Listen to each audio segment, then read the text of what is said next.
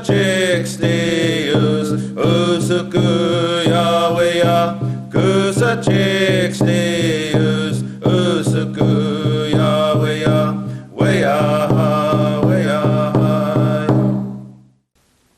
Today we come together to honor a man who is a pioneer, a leader, and an inspiration. The Tulsa Library Trust is a hardworking behind-the-scenes organization that serves the community in many ways. Interest earned from the monies donated to the trust through wills, bequests, and gifts pays for many new library programs, services, and books. Without the Tulsa Library Trust and the generous families and individuals who support it, we couldn't afford such special programs as today's event. The Trust has grown from providing the spark for so many of our favorite services, such as the American Indian Resource Center, just to my left, to providing many of the programs you and your families have come to count on for information and entertainment. Induction into the Circle of Honor is a celebration of the honoree's actions in the face of adversity. Commitment to the preservation of American Indian culture and legacy for future generations. The award consists of a $5,000 honorarium and a bronze medallion, thanks to the generous contributions of several supporters. And if they or their representatives are here today, I'd like for them to stand. The Maxine and Jack Zero Family Foundation, Cherokee Builders Incorporated, Dr. Frank and Mary Shaw, Robin Ballinger, the Tulsa World, and the Tulsa Library Trust. Without their support, this award would not exist. I'd also like to recognize a couple of honored guests this morning. Lieutenant Governor Jefferson Keel, if you'd stand.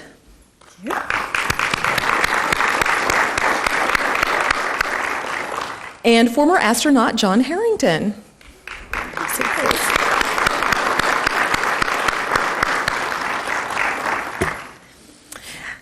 This year's recipient was selected by the American Indian Resource Center Advisory Committee. If you're here today, would you please stand? Members of this committee. Yes, I know several of you are here today. Thank you. The vision of community volunteers such as these have been instrumental in creating and guiding this valuable resource. The American Indian Resource Center features more than 7,000 books and media by and about American Indians, ranging from languages to information for teachers. And it's most fitting that this library should recognize indigenous peoples as we live in a state that's rich with American Indian history and culture and heritage. The center has a focus of working with local tribes and schools to keep native languages alive. And during the past year, the coordinator, Teresa Reynolds, has expanded the resources collections and played an active role in many community organizations to promote and expand our Tulsa County knowledge of the American Indian Resource Center. Teresa, would you stand? Where's Teresa? She's behind us. She was very instrumental in planning today's event. And now it's my honor to introduce Lisa Billy and her family, and they will portray Molly Gunn.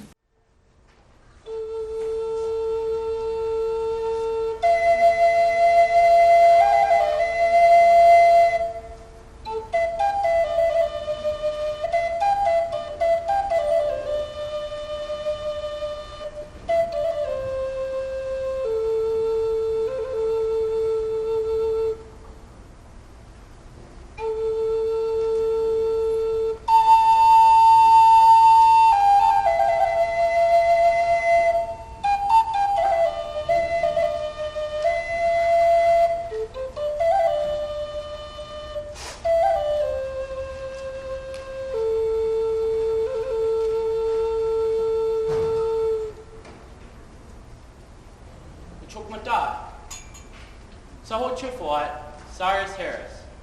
It is a great honor to be standing here before you today in the year of 1856 as the first governor of the Chickasaw Nation. However, I could not have done this if it wasn't for our great ancestors that have made many sacrifices for us. Today, if you would take a time and go back with me to the year of 1839, as my grandmother, Molly Gunn, retells the story of how our people came to Indian Territory. Cyrus, Elizabeth, Mite, Toshpa, Belele, Toshpa. Today I want to retell many of our stories from our past. You see, if it weren't for my family, my grandmother, Aunt Pokini, then you wouldn't be here today. I welcome all of our many friends. They come to listen to our stories. We must know our past so we know where we go in the future. Saho Chupawat, Molly Gunn. Where I was born, Molly Colbert. You see, my grandpa, he came to this place to be among Chickasaw. That's what we say. Noholos, they can't say Chickasaw, they call us Chickasaw. He come to be with us, and that is your great-grandfather. He liked being among Chickasaw people. You want to be among Chickasaw people?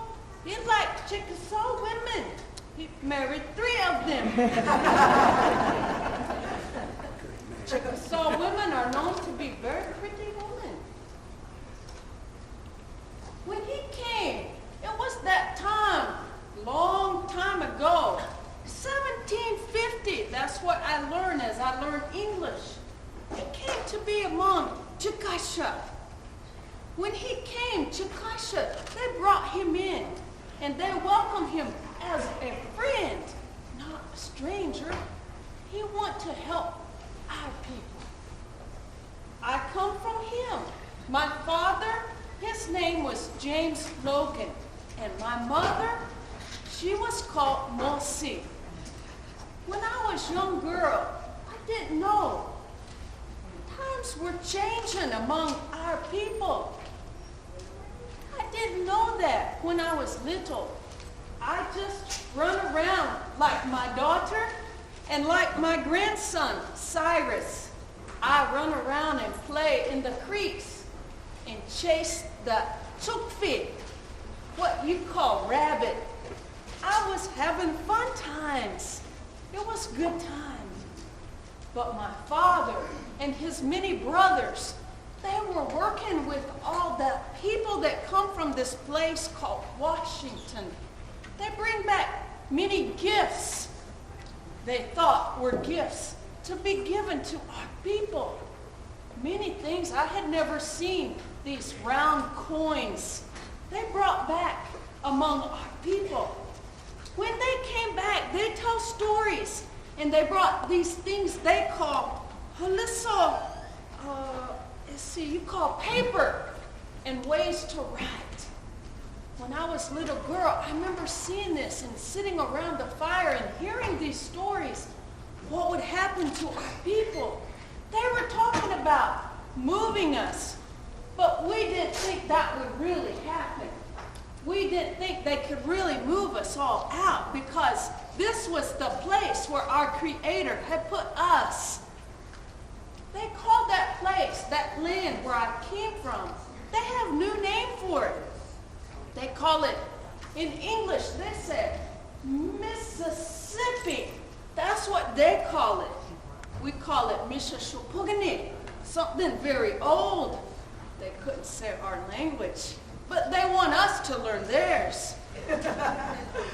So as they tell these stories, they tell us it'd be better for you to move that way.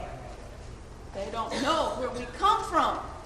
You see, there were other people, they try to tell us what to do.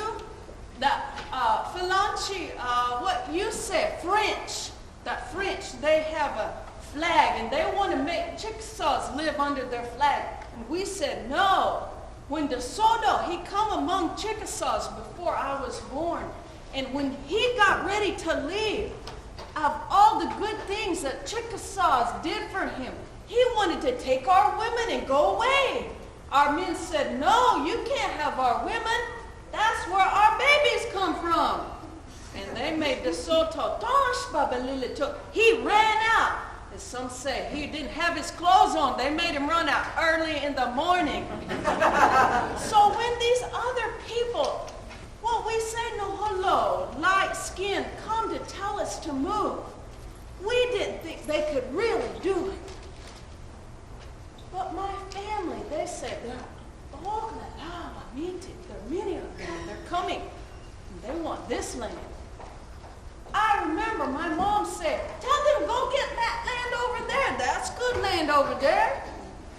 They said, no, they want this land. When I was a little older, I got married. I married a different tribe. He was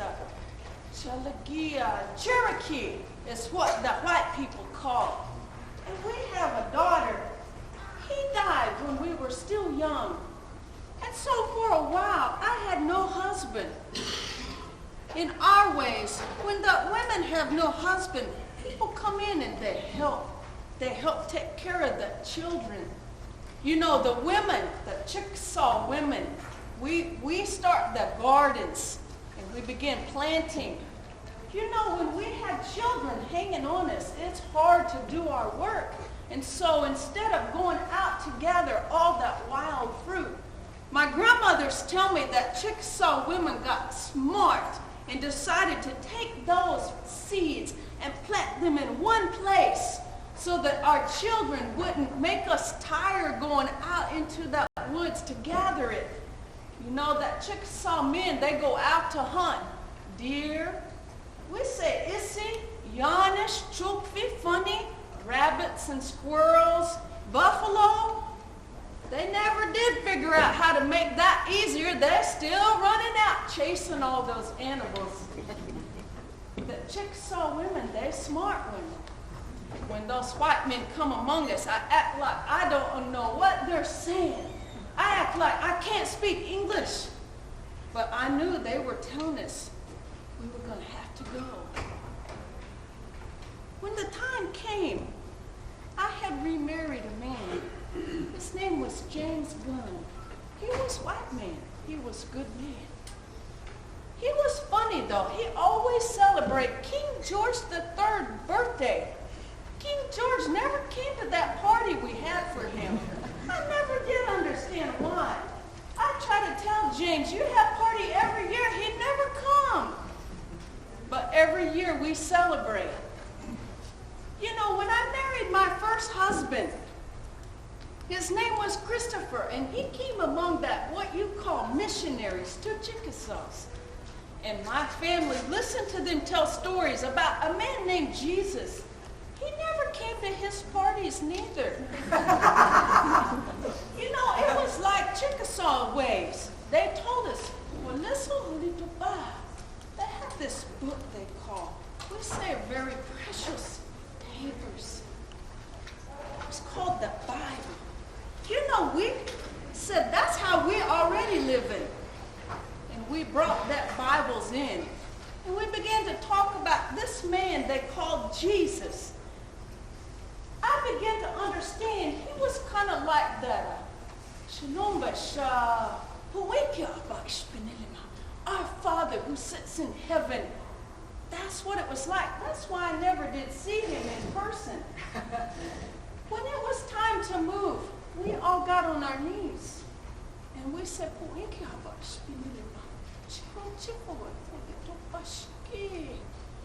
help us as we make this long journey.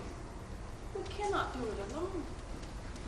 Hours not too long ago, some of us rode in the back of wagons. You know, they put that Muskogee people onto those boats, that's what you call it, on the waters. And some of those boats, they set them on fire. And when they told the Chickasaw people, we're going to put you on that boat and make your trip easier, we said, no. We know what happened to our brothers, the Muskogee Creek. You killed them. We're not going that way. Some of us rode in wagons. I rode in the wagon. I tried to get my seeds from my garden. I knew I would need my seeds to plant new gardens. In this land, they said it would be better for us. said, I need my seeds. As the women, we keep those seeds. That's our job. And I remember that man, he'd tell me with his gun, no, you go that way. We're government. We take care of you. I don't think they tell the truth. So I packed my seeds anyway. I didn't tell him, though. When we come on the many mountains, and we came to this place here, inland territory, my grandson Cyrus and my daughter Elizabeth, I pray that when we come over that way, they would survive. It was hard. Many of my family and my relatives, they hold their babies in their arms, and they watch them die. The white men said, you can't bury them. We don't have time. The father in Washington tell us we must go now. But our brave Chickasaw men, they stood up to the men and they said, we bury now, the Chickasaw way. And we all gathered around when we buried those that we lost. In that numbers, in that English way, they say about 700 of us died. But some of us survived. And I hope that someday my grandson Cyrus, perhaps he will be great leader. He can speak both languages very good, Chickasaw and English. My father tell me we have to be like that white man, but we still must be Chickasaw. They tell us we can't dance no more, but we still dance. They tell us no more stickball, and we don't want to hear Chickasaw no more. We say, until they go back to their camps. And then,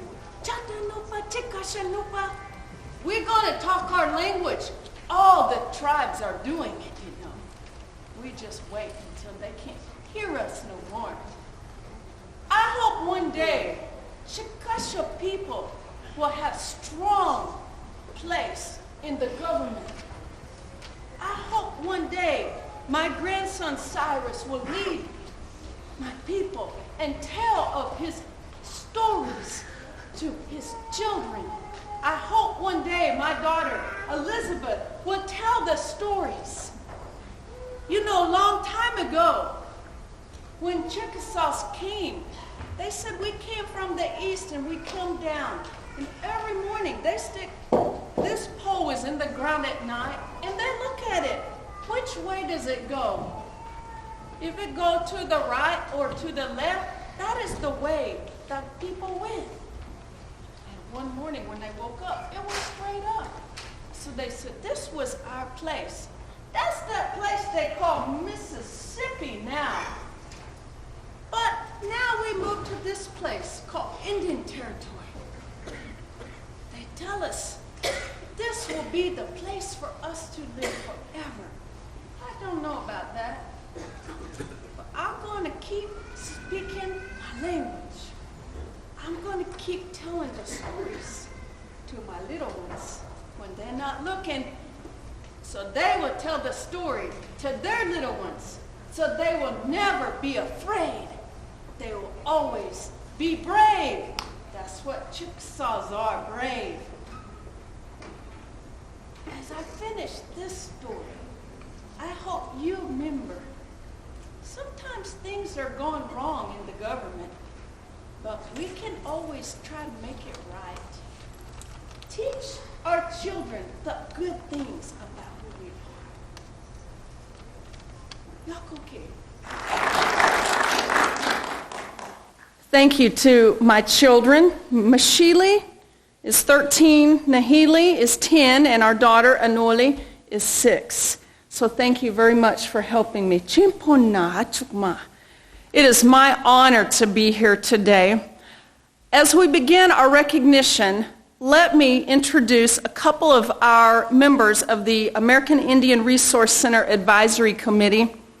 They are Archie Mason, and I'm going to ask Archie if you would come forward, and also Rusty Lang.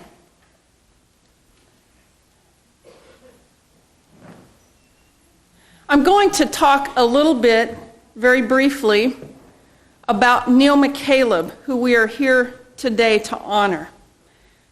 I know on your programs you have a lot of information about Neal and about his professional experiences. Neal graduated from what we now know as Oklahoma State University in civil engineering. By the way, Neal, my son wants to be an engineer, so thank you for making that road available to other Indian students. Neal has done amazing things. He served as Secretary of Transportation under two administrations, Governor Bellman and Governor Keating. He initiated the very first Oklahoma Indian Affairs Commission, which I now help fund in the Oklahoma legislature in 1967, and that was under Governor Dewey Bartlett. Neal served as an advisory board member for that organization, which still exists in Oklahoma. Neal has been awarded numerous awards throughout his life. The Chickasaw Nation Hall of Fame. He was recently recognized by the National Congress of American Indians. He has a very long list of recognitions. As a civil engineer, he created his own company, McCaleb and Associates, and began architecture and housing developments all across Oklahoma into Colorado, things that I didn't even know about him. Because you know how Indian people are. They don't just sit and tell you all these things. So I had to find out. I had to research it.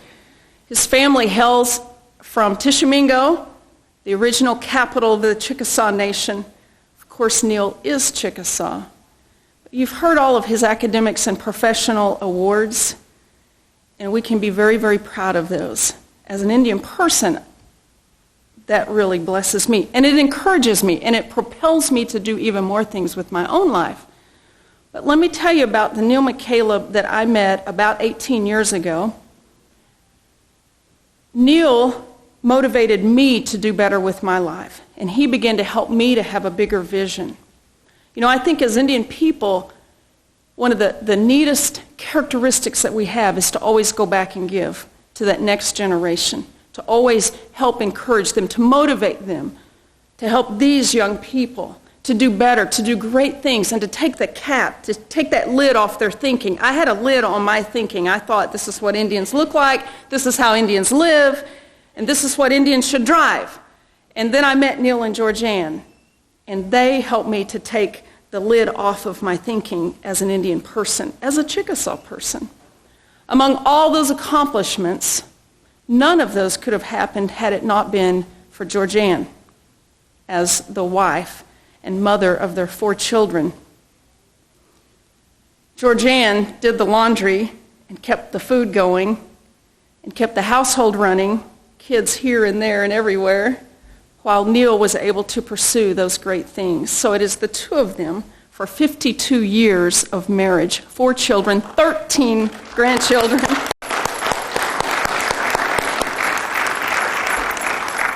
To me, that is one of the greatest examples that I could have. They both have blessed me personally, they have encouraged me, and they continue to do that. So it is an honor to get to speak of Neal McCaleb, my mentor, and Georgianne, my other mom. Thank you for everything you've done for Oklahoma, for Indians everywhere, and for all races of people. This is a beautiful time in any kind of a award and recognition as Indian people, as we've always been a giving people, and to acknowledge one another, to show respect and honor and dignity, which is being done this morning. You know, our Indian people of long ago, which was stated earlier in a beautiful story that was rendered, one of the great gifts that one would give to another, or a group that would acknowledge a person who has accomplished many wonderful things, was to give them a robe. And that robe was made of the buffalo. It was a buffalo robe. Over time, the buffalo disappeared. And we have adapted and adopted another thing to use. Many of our languages, we still call it a robe and not a blanket. And at this time, I'm going to ask our our honoree, Mr. McCaleb, if you'll come forward, because we'd like to present to you a robe.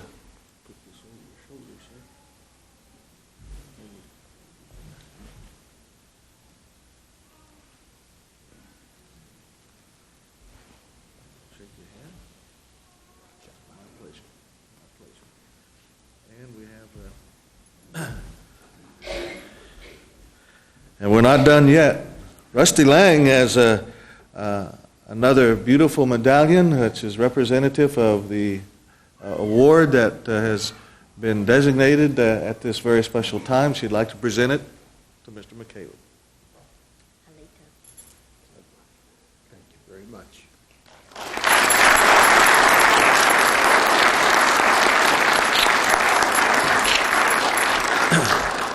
And sir, ladies and gentlemen, along with this and at this time, another expression is in this envelope. And it is the award, sir. Another part of the award. And congratulations. And don't move. One more thing. Indian people, we like to sing. And in our songs, we have so many expressions. The instruments that we use are many. You heard the flute. We have the drum. And our stories tell us that they are pieces and parts of our expressions. They happened so many generations ago. We don't know where they became and were invented or what. They have just been with us as long as we have been here. So this drum, this instrument, this sacred thing that we look upon, this circle, this ever-ending way of life, there's a lot of expressions in that. And the drum signifies this heartbeat of our Mother Earth. And the men who render songs and create songs and compose songs, they are indeed the keepers of our treasure, because our histories are in our songs. For many of us, we're not paper and pencil people. We weren't into writing things down. So we would talk to it or we would sing about it. And at this time, we have a couple of gentlemen, Mr. Junior Pratt and Mr. Jordan Canijo, who are going to render an honor song. And sir, this song is for you. We're going to sing the honor song for the library, my nephew and I. And what the song says, Teresa asked us if we would compose a song. And when you compose a song, as Idadi Archie said, you don't just sit down and compose a song. You're supposed to, as I've always been told, catch it in the air as it comes by, and then remember it. And so Jay Mule, he's a Choctaw Indian, and I sat down and we thought about what we wanted to say, and she gave me her thoughts. And you know, many of our Indian people, amongst our folks, we don't see the owl, pahudu, as the wisest animals. A lot of times it's guski, it's the turtle. The turtle was wise to our Indian people, and so I noticed on the blanket there's a big guski, and right in the middle of the medallion also. And so what this song says in Pawnee, it has Pawnee thoughts to it. It says, a guski, out of all the animals, he was always the wisest because he always prepared. And so that's what this song sings about. And when we sing this song, we always have the thoughts of honoring the one that we sing it for. So that's what we're going to be singing this afternoon.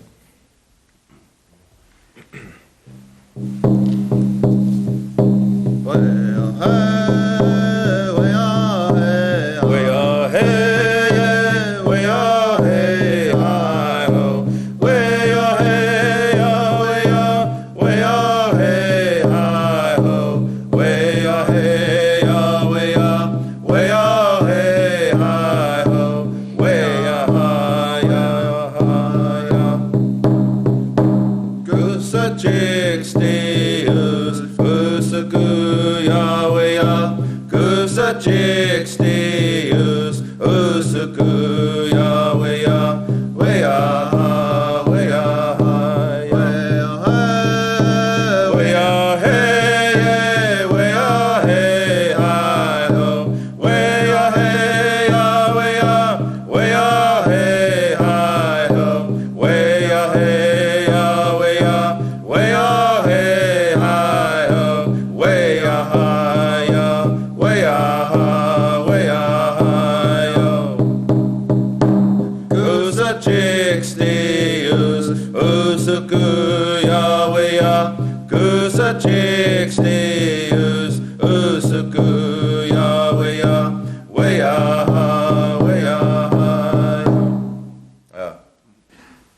Thank you, Archie and Rusty, and to the Tulsa Central Library and the people that make up the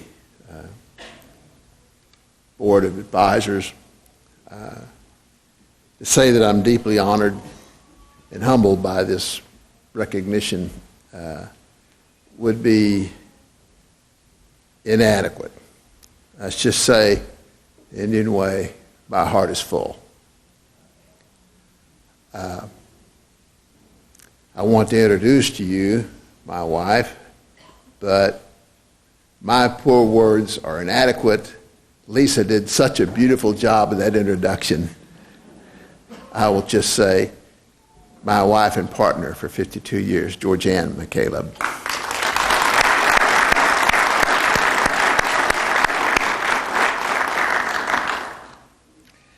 I have other family and friends here from a lot of different associations, and if I started to introduce them, I'm afraid I'd have to introduce most of the people in this room. And so I'm not going to do that this morning.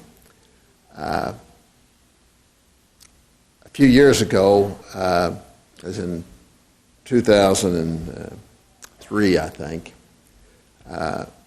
they were celebrating Native American Day at the federal office building in Oklahoma City, and they invited me to come and speak.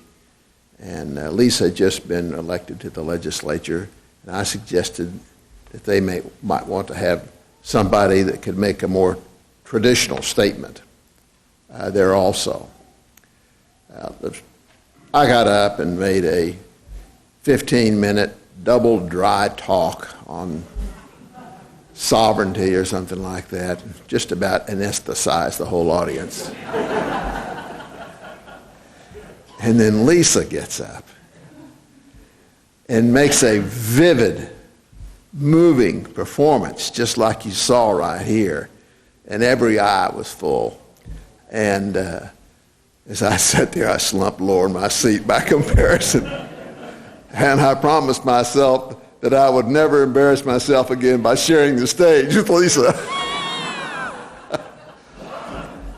We love you, and you are a tremendous credit to your people and to your family and to all of Oklahoma. You have a rich legacy to convey, and I don't have to tell that to you. It's this view of the past that makes our heritage so rich and so unique.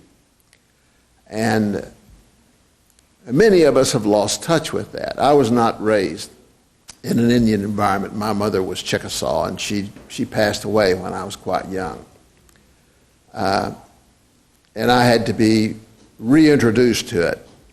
And it's people that have kept the legacy and the history, like Lisa, that helped me so much. And I am not going to try to compare myself with Lisa by looking back at history, because she does such a vivid and poignant job of it. But I will look ahead a little bit, because that's, I think, where Indian Oklahoma is going. We all appreciate and revere our past, but we have just in the last few years begun to embrace our future and the opportunities that are before us. A lot of people call Indians the vanishing Americans in the last century. But we are not vanishing. We are proliferating. We are expanding. And we are becoming influential in business, in politics, and for those of you that didn't catch it, Lisa Billy is an elected member of the House of Representatives of the Oklahoma legislature.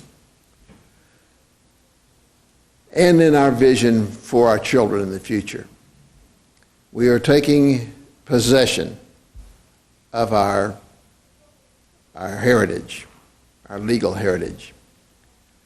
And we are benefiting not only the Indian people, but all our neighbors in Oklahoma with that heritage and that benefit. I went into the legislature in 1970. I was elected in 74, and my first term was in 75.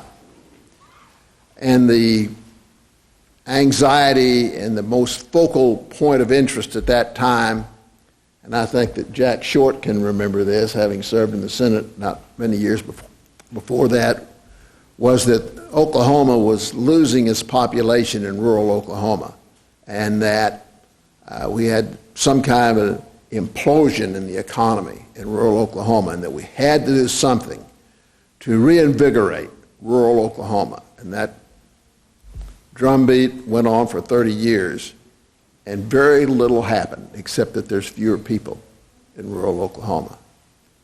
But the Indian nations of this state have turned that around. They've created 17, I think now 20,000 new jobs, almost all in rural Oklahoma. They are expanding the economy. They are creating capital. They are bringing opportunity to all of Oklahoma. That leadership and that determination to make Indian country, or Oklahoma, a better place for us all is the legacy that the Indian people of Oklahoma are leaving our state today. I've been pleased and privileged to have been a small part of that. And my expectation is that everyone in this state will embrace our dual heritage and legacy of the Indians of Oklahoma and the white people of Oklahoma. Our state seal, shows an Indian an Indian princess and a white man being wedded together with the advent of this new state of unity. And that's what we have to expect, and that's what we will make happen. I thank the Tulsa library system and all the contributors. I would like to say one word about the honorarium that was provided, which is much appreciated. But to put it to work in a very meaningful way, it's my intention to give that honorarium to the Nature Conservancy of Oklahoma, which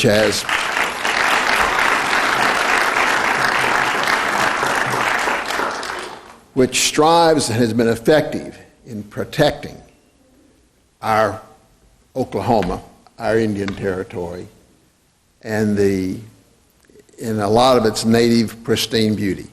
I'm privileged to serve on the board of trustees of that organization, and I've seen firsthand what they can do. And Archie, they're bringing the buffalo back. Let's go up to the shore, the tall grass prairie, and you can see it. We actually have a buffalo roundup each year and sell off excess of our herd to help fund that activity. Again, from my heart and my mind, I thank you all for your attendance. I thank the Central Library for its focus on the Indian interests of our great state. And again, I thank the contributors for their generosity. Thank you very much. This being a library and a sharing of knowledge and expressions, what more appropriate place to entertain some questions. And this is one of the avenues that have been present with former recipients and awards, and an idea from the library folks and the advisory council as well.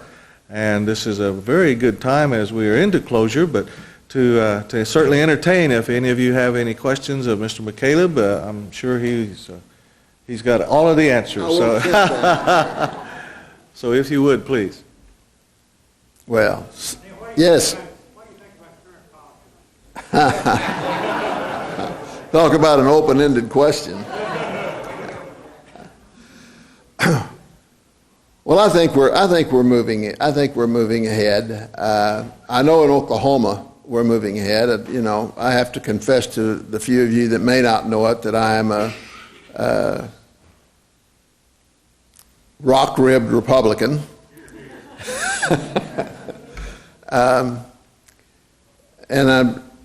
Jack preceded me in the legislature when the Republican caucus, as the saying goes, could meet in a phone booth.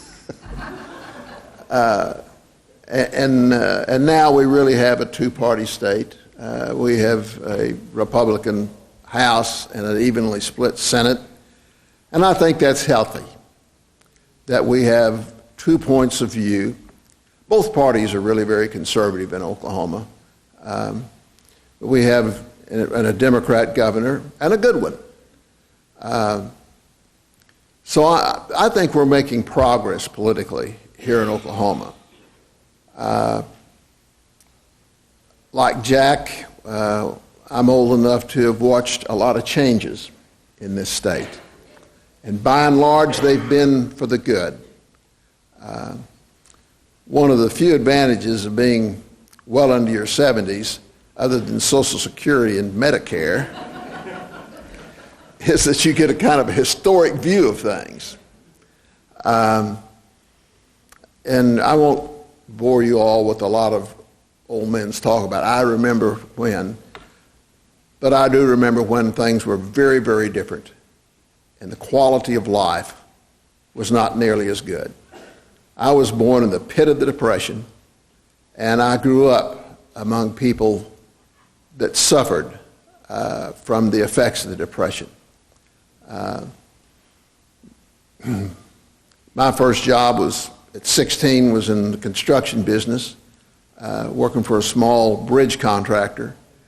I was more in the way than I was helpful. The farm builders used to say if they ever needed a particular board, they'd look to me because I'd probably be standing on it.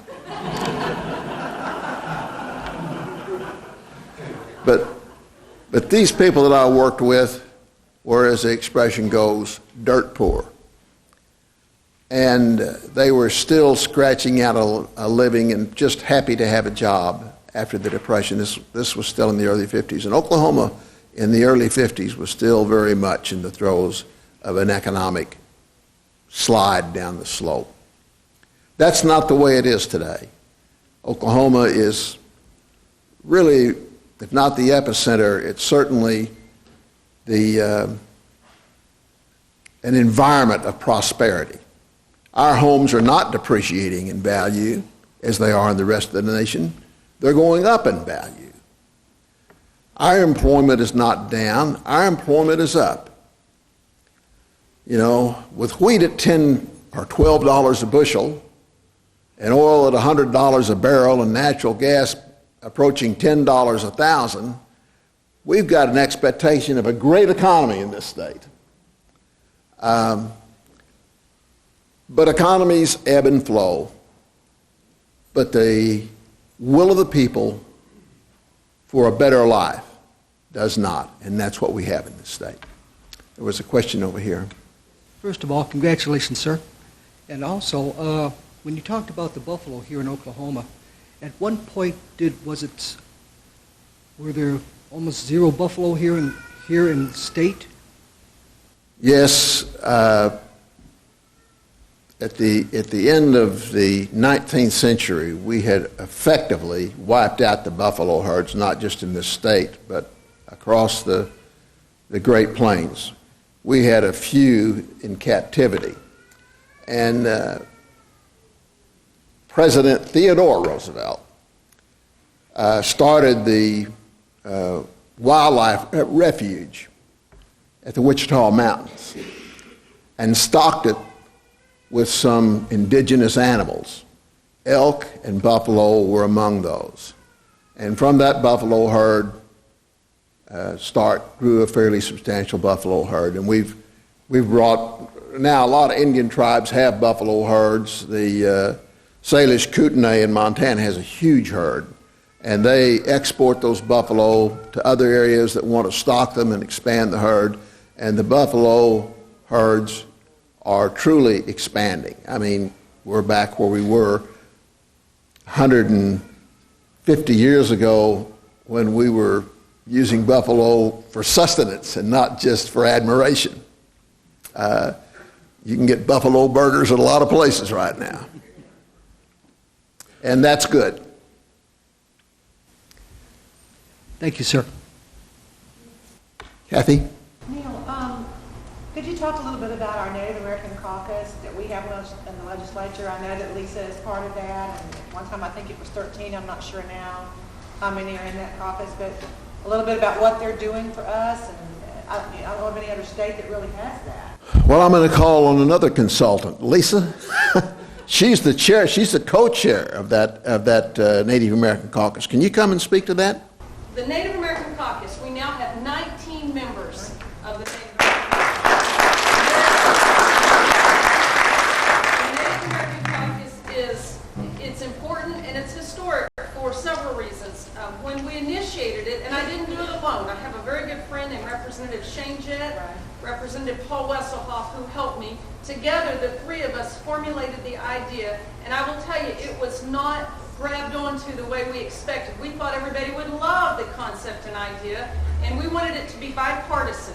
Native people in Oklahoma are Democrat and Republican. We wanted everybody to have a place at the table. We got attacked from the left and the right on making it bipartisan. I thought it but we now have 19 members. We've been able to effectively kill many pieces of legislation. And what's important now, rather than just killing legislation, we now have members of both parties coming to us and presenting ideas and saying to me in the hall, Representative Billy, I need to get the support of the caucus. Could I come to your next meeting and present my ideas? And so it's been effective. It's obviously, it will probably, the numbers may go up and down, but we have some great leaders right now in the House, and we're building great relationships, and we're going to continue. You know, I think that's indicative of the change. When I served in the legislature, I'm sure there were other members of the legislature that were Native American. But 34 years ago, that's not something that people were putting on their resume. And today it is. And I think that makes as clear a statement as anything. Yes? I was going to ask you, as a longtime public servant, in what way have you been able to make a decision based on what's best for the state, and also might have been what's good for Native Americans too? Thank you for that question.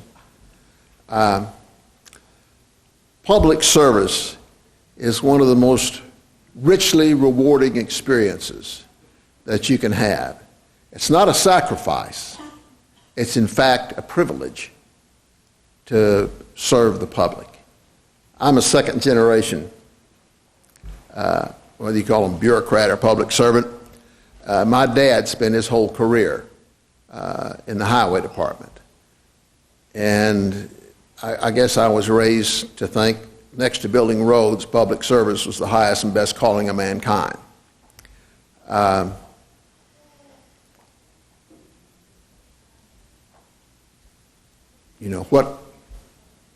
What can you do for Indians that's good for all of Oklahoma? Well, I'll give you an example of something I tried to do that didn't happen. I'm not trying to rewrite history here. I'm just trying to keep us aware of the commitments that were made to Native America when Indian Territory became a state. One of the things, my first bill that I introduced in the legislature was to give Native Americans who were card-carrying members of a tribe so that they could be identified the privilege to hunt and fish without purchasing a license, because I felt that that was guaranteed to them under the Enabling Act that permitted the territories, twin territories, to become a state, and the Constitution of the state of Oklahoma. I got it passed the House, and they assigned it to 3 committees in the Senate, which means they shot it in the head. But other issues that are more important are still on the table today, and water rights is clearly one of those.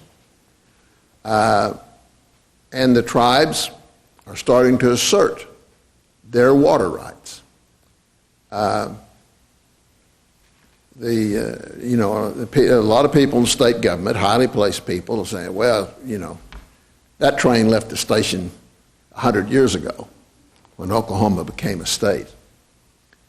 But the reality is that the Enabling Act, which Congress passed to permit Oklahoma to have a constitutional convention, states Section 1, first thing it said was that nothing in the new Constitution of the state of Oklahoma should diminish the rights that were granted to the individual Indians and the several tribes located in Indian Territory. And that was reinforced by the Constitution of the state of Oklahoma because it said essentially the same thing. Now, the point I'm getting to on water rights, and this is more than you wanted to know in your question, but I want to say it anyway.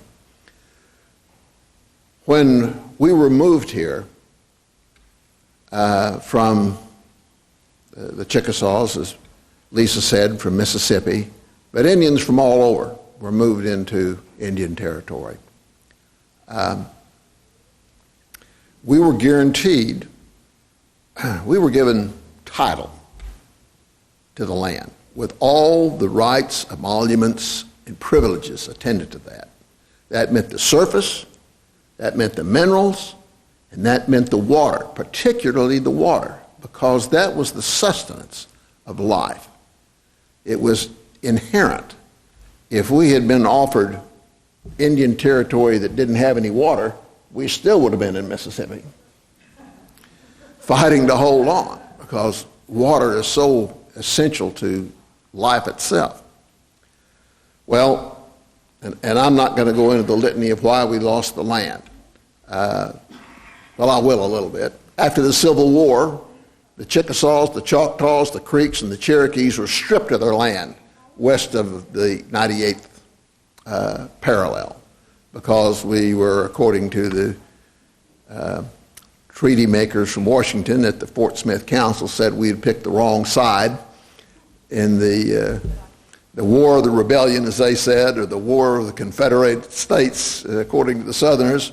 Anyway, we were on the wrong side, so forget all the land that you were promised west of the 98th meridian. And the tribes fought desperately to hold on to their self-governance and holding the land in common, and that was taken away by the Dawes Act and a number of other activities. But the water never was. We never lost the water, and it's ours. We don't want to starve anybody out on the water. We just want it recognized that that's a part of our right, and we want to share it. We want to make Tulsa and Oklahoma City great, and they're not going to get along without the water in southeastern Oklahoma. Mr. McCaleb, another big round of applause.